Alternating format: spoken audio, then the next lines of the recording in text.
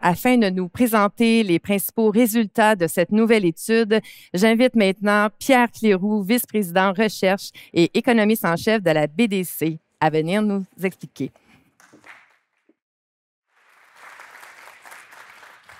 Bonjour tout le monde. Merci Marie-Claude. Je vais vous présenter dans les prochaines minutes les résultats sommaires de l'étude. Mais avant de commencer, je voulais souligner trois choses. D'abord, la contribution d'Isabelle Hudon. M. Jutras en a parlé tantôt. Cette idée de collaboration entre la BDC et l'Université de Montréal est née d'une rencontre entre Isabelle, notre CEO, et M. Jutras. Donc, elle ne pouvait pas être là aujourd'hui, mais c'est né de son idée. Deuxièmement, Marie-Claude de la Fondation Millennium Québécois, merci de votre collaboration depuis le début. En fait, ça fait presque un an. Je pense que la première rencontre était au mois d'octobre l'an passé. Donc, on a vraiment beaucoup travaillé les deux groupes ensemble. Et finalement, Isabelle Bouchard, qui est avec nous aujourd'hui, qui est l'auteur de l'étude. Donc, merci beaucoup, Isabelle, pour l'excellent travail tout au cours de l'année. Ma présentation a trois parties. Je vais parler un petit peu de l'entrepreneurship au Canada et vous allez voir qu'on a vraiment besoin de travailler sur cette question-là, comme Véronique l'a dit. Je vais résumer l'étude en quelques points et finalement, je vais parler de qu'est-ce qu'on peut faire pour aider les entrepreneurs ou qu'est-ce que les entrepreneurs peuvent faire pour améliorer leurs compétences. Donc, Véronique l'a mentionné, il y a 100 000 entrepreneurs de moins au Canada aujourd'hui qu'il y a 20 ans. Et la grande raison, c'est qu'il y a de moins en moins de Canadiens et de Québécois qui choisissent de devenir des entrepreneurs. Donc ici, on appelle ça l'indice d'entrepreneurship de BDC. En fait, on calcule à chaque année le combien de Canadiens qui deviennent des entrepreneurs. Il y a 20 ans, il y avait 3 Canadiens sur 1000 qui devenaient des entrepreneurs. Aujourd'hui, nous sommes à 1,3. Donc, il y a un déclin du choix que les gens font de devenir un entrepreneur. Pourquoi? Bien, il y a un certain nombre de raisons. La première, c'est qu'on a un vieillissement de la population, comme vous le savez, et typiquement, les gens démarrent des entreprises lorsqu'ils sont plus jeunes. Donc, dans un contexte de vieillissement de population, on voit qu'il y a moins de jeunes qui partent des entreprises. Deuxièmement, le marché du travail est très bon. Présentement, le taux de chômage au Québec, c'est 4,4 %. C'est le plus bas taux de chômage en 50 ans. Donc, il y a plus d'options pour les gens et ça explique en partie. Il y a d'autres raisons aussi, la complexité de l'environnement d'affaires. Et il y a une étude de la Banque du Canada il y a quelques années qui a démontré que les étudiants aujourd'hui graduent avec beaucoup plus de dettes que dans le passé. Évidemment, c'est pas quand on gradue avec beaucoup de dettes, c'est plus difficile de se partir en entreprise. Donc, d'où l'importance de l'étude que nous avons faite avec le groupe Millennium Québécois. On voulait comprendre c'est quoi les compétences de base qu'on a besoin pour démarrer une entreprise, mais aussi pour faire progresser une entreprise. Et je ne vous parlerai pas beaucoup de la méthodologie. Je vais vous inviter à aller visiter notre site internet à bdc.ca pour regarder la méthodologie. Mais essentiellement, on a commencé par une revue de la littérature. On a identifié 36 compétences qu'on a testées avec d'abord 1250 entrepreneurs, des gens qui ont déjà des entreprises au Canada dans tous les secteurs d'activité, des entrepreneurs qui sont déjà en affaires depuis quelques années ou en démarrage, et aussi avec des étudiants de l'Université de Montréal qui s'étaient portés volontaires, qui étaient aussi intéressés, on les appelle des entrepreneurs en devenir. Et donc, ça nous a permis d'abord d'identifier 4 groupes de compétences qui sont essentielles et aussi de comparer est-ce que les entreprises qui ont beaucoup de succès ont les mêmes compétences, les entrepreneurs qui ont beaucoup de succès, mêmes compétences que les entrepreneurs qui ont un peu moins de succès. Donc, premier constat, c'est les 4 groupes de compétences. La première, la ténacité. En anglais, on dit le grit. La ténacité, en fait, c'est l'élément, la passion, l'engagement, la résilience à travers les difficultés de démarrer une entreprise. Et il y a aussi les compétences relationnelles. Parce qu'être un entrepreneur, c'est de bâtir des relations avec des clients, avec des fournisseurs, avec ses financiers ou ses banquiers. Donc, c'est la première compétence. Deuxième compétence, marketing et finance, donc une compétence un peu plus technique, des connaissances, surtout quand on démarre une entreprise, c'est important d'être capable d'identifier ces marchés, de vendre sur ces marchés-là. Troisième compétence, leadership et relations humaines. Une autre compétence qui est moins technique, qu'on pourrait dire le marketing ou les finances. Donc, on voit, en fait, sur 4 compétences, il y en a 2 qui sont beaucoup moins techniques, qui sont plus axées sur les relations. Finalement, la compétence opérationnelle, donc de gérer une entreprise, parce qu'évidemment, il y a des choses à fournir, des produits à produire ou des services à fournir. Ce qui nous a beaucoup intéressé, c'est ce qu'il y a une différence entre les entrepreneurs qui ont des rendements très élevés et les autres. Il y a 2 constats ici qu'on fait. Les entrepreneurs qui ont beaucoup de rendement sont sur le côté gauche du graphique.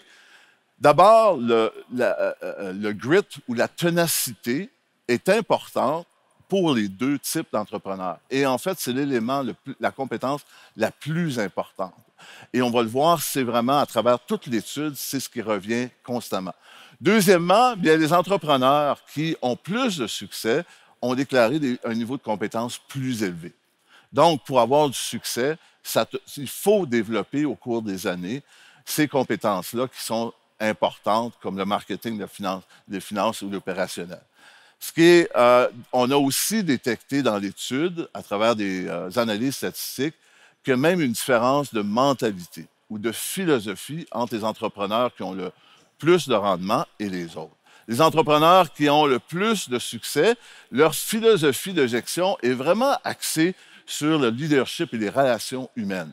Alors que les entrepreneurs qui ont moins de succès, ils focusent vraiment sur le côté opérationnel. Donc, dans les 2 cas, évidemment, le côté opérationnel est important, mais pour amener son entreprise à d'autres niveaux, il faut avoir des compétences de leadership et de relations humaines plus développées. Il faut focuser là-dessus d'une façon davantage.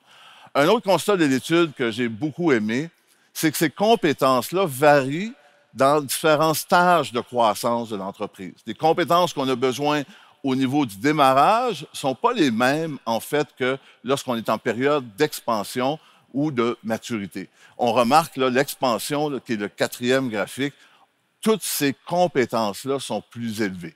Donc, même si l'entreprise est déjà bien rodée, mais si on veut faire une période d'expansion, par exemple exporter aux États-Unis, on a vraiment besoin d'un niveau de compétence très élevé.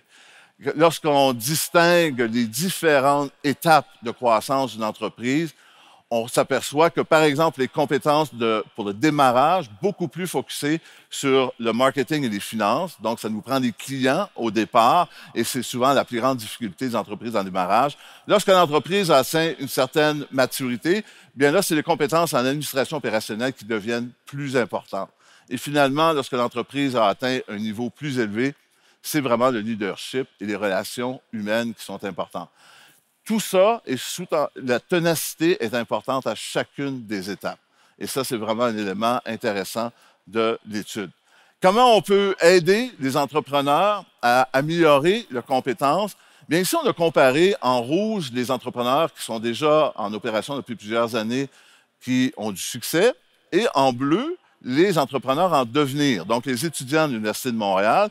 Et on voit que les grandes différences se retrouvent dans les compétences plus techniques. Et c'est tout à fait normal. Ce sont des jeunes qui veulent démarrer une entreprise.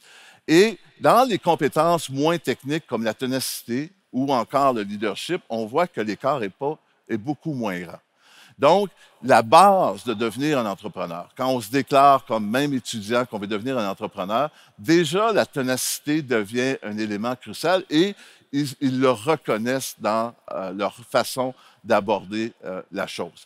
Et ça nous donne une bonne idée sur quoi travailler pour aider les jeunes à démarrer des entreprises. Donc, il faut, pour avoir plus de succès, travailler sur la compétence, par exemple, les compétences en marketing, en finance ou encore les compétences opérationnelles.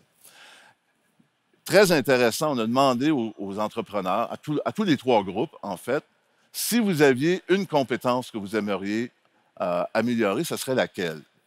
C'est vraiment étonnant, mais ils ont tous dit la même chose, la gestion du stress. Vous savez, depuis quelques années, on en parle beaucoup dans notre société, le stress, mais c'est aussi vrai pour les entrepreneurs. Démarrer une entreprise, gérer une entreprise, il y a beaucoup de hauts et de bas, il y a beaucoup de turbulences. Et dans les 3 cas, donc les entrepreneurs qui sont déjà en entreprise depuis des années que ce soit les entrepreneurs en démarrage ou les étudiants de l'Université de Montréal, ils ont identifié la gestion du stress comme étant un élément très important. Le deuxième est un peu différent. Dans les deux premiers cas, donc des entrepreneurs déjà existants, ils focus sur le marketing, qui n'est pas surprenant parce que ça a beaucoup changé les façons de faire du marketing avec les réseaux sociaux. Beaucoup d'entrepreneurs ont de la difficulté à s'ajuster à ça. Et dans le cas des étudiants, c'est la planification stratégique. Et la troisième compétence qu'ils aimeraient développer, bien, c'est très différent d'un entrepreneur à l'autre. Mais la gestion du stress demeure vraiment un élément important. Donc, comme vous le voyez, dans l'ensemble de l'étude, les éléments moins tangibles ont beaucoup d'importance, non seulement pour démarrer, mais pour avoir du succès dans une entreprise. Comment on peut, les outils qu'on peut aller chercher, bien encore, ici, c'est très différent entre les entreprises, entre les entrepreneurs qui sont déjà en entreprise et les étudiants. Évidemment, ils ont accès à des choses un peu différentes. Il y a un trait commun qui est le coaching. Dans les deux cas, une façon d'améliorer ses compétences, c'est vraiment de s'accompagner d'un mentor ou d'un coach. Au niveau des autres différences, évidemment, les étudiants focusent plus sur les cours en ligne ou les cours en personne, alors que les entrepreneurs qui ont déjà l'entreprise vont plutôt aller chercher à travers leur réseau. Mais l'important, c'est moi ce qui m'a beaucoup plu dans cette étude, dans les résultats, c'est que ces compétences-là peuvent s'acquérir, ils peuvent s'améliorer au cours du temps. En fait, les entrepreneurs doivent le faire. Les entrepreneurs qui ont du succès vont travailler sur l'amélioration de leurs compétences tout au long de leur carrière d'entrepreneur. Et même la ténacité, c'est une compétence qui s'améliore. C'est une compétence qui peut aller, on peut acquérir cette compétence-là. Donc, dans l'étude, on donne un guide, en fait, des différentes choses qu'on peut faire comme entrepreneur pour améliorer sa ténacité. Donc, en conclusion, Véronique l'a mentionné, on a un défi au Canada et au Québec. On a besoin de plus de démarrage. On a besoin de plus d'entreprises.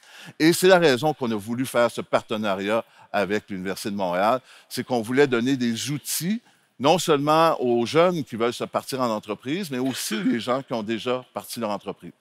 Dans toutes les sociétés développées, dans les économies performantes, ils ont tous beaucoup de nouvelles entreprises.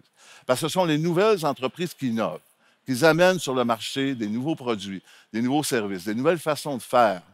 Et ils poussent aussi les entreprises plus matures à s'améliorer. Donc, on a besoin, comme société, pour continuer de progresser, on a besoin vraiment d'un système qui nous aide à améliorer là, les chiffres qu'on a au niveau des entreprises en démarrage. Merci beaucoup. Je vais m'arrêter ici.